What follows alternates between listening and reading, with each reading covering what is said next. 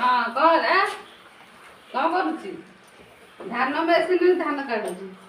ଧାନ ମେସିନ୍ ହେଲା। ଧାନ ଏପଟରେ ପଶା ହବ, ଏପଟରେ ବାହାରିବ ହେଲା। ଧାନ ମେସିନ୍। ଧାନ ମେସିନ୍ ନା କଣ ଜାଣିଛୁ ନା? କଣ କହୁନୁ? ଧାନ ମେସିନ୍ ନା ହେଲା ଘୁମ ହେଲା। ଏରା ମାଟିରେ ତିଆରି ହେଇଛି। ଧାନ ରଖାଯାଏ, ବର୍ଷ ପର୍ଯ୍ୟନ୍ତ ଧାନ ରଖାଯାଏ। ତାପରେ ନୂଆ ଧାନ ଆସିଲେ ପୁରୁଣା ଧାନ କଢାଯାଏ।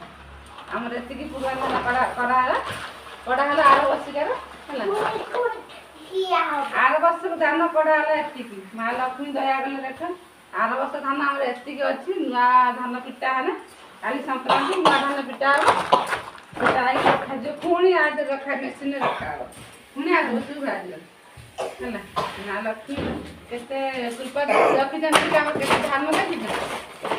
ଆର ବର୍ଷ ଧାନ କାହାର ଥିବ ଏତିକି, ଆଉ ଆର ବର୍ଷ ଧାନ ଏତିକି ଅଛି। ନୂଆ ଧାନ ପିଟା ହେଲେ ପୁଣି ଆ ଭିତରେ ରହିବ ହେଲା। କହିଲେ ଜୟ ମା ଲକ୍ଷ୍ମୀ।